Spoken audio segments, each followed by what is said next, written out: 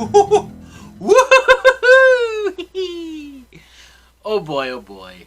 What's going on, everybody? My name is Mike Brown, aka Review King MB, and I just got done watching Unhinged.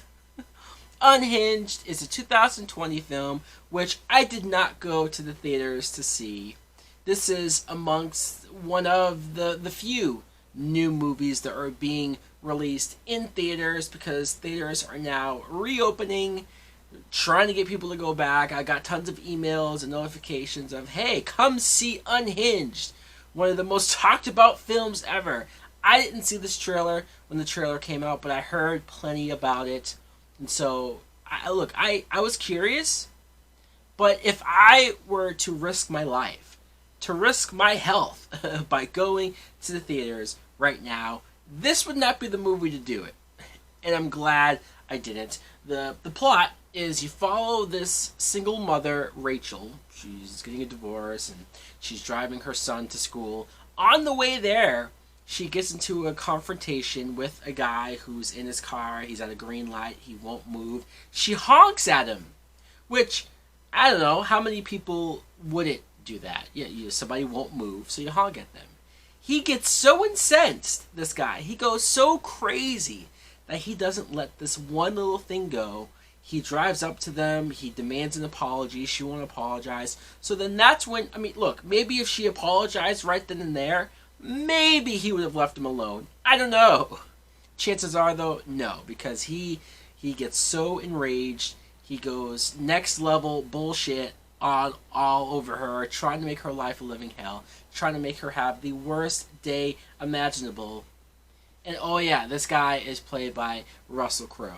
Now what I thought of Unhinged was, man, this movie, batshit crazy, if I can't say that enough. Look, I don't know why Russell Crowe decided to do this film. I don't know if he was bored. I don't know if he's not getting roles like that anymore. The last movie I thought I remember seeing him in was the Mummy reboot with Tom Cruise, so take that for what it's worth. But hey, maybe he took this role because it was an excuse for him to balloon up and get fat. He has the biggest belly that I've ever seen this dude have, and he's been up and down with his weight, sure, but man, not that long ago, maybe it is a few years ago at this point, he played Superman's father in Man of Steel. Hey, dude, if you're happy taking roles like this in this wild and wacky thriller, by all means. He's clearly the best part of this movie. Our main characters, Rachel, is played by Karen Pistorius. Yeah, I don't know if I said her name right. And she looked familiar, this actress, but I looked her up and nothing really rang a bell, so I don't know. And she was fine in what she had to do. She delivered everything well. It wasn't like she was bad or anything.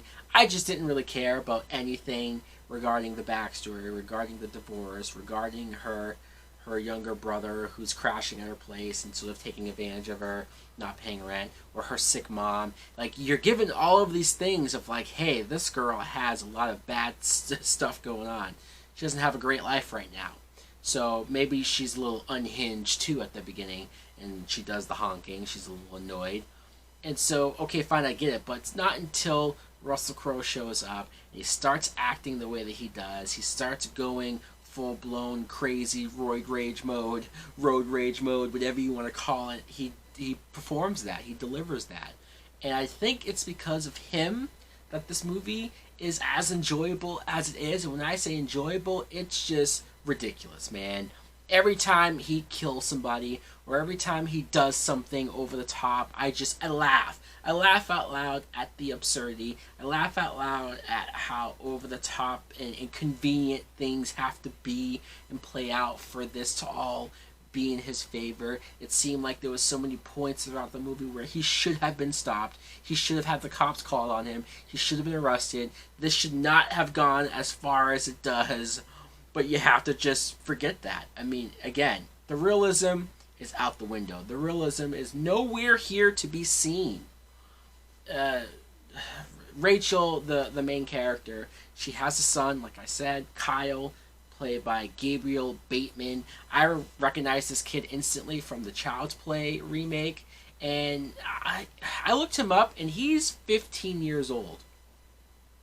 The mother, Rachel, Karen, she is 29 years old. So unless she had him when she was 14, which I know could happen and has happened, but they never touched on that being her situation because the father is still very much involved. And so, I mean, I don't know. Maybe I'm overthinking it. I just felt like this kid, he wasn't terrible, but he seemed a little miscast or seemed like he's too old to be playing the roles that he played. I felt the same way in Child's Play. Like, he's too old to be playing these type of roles.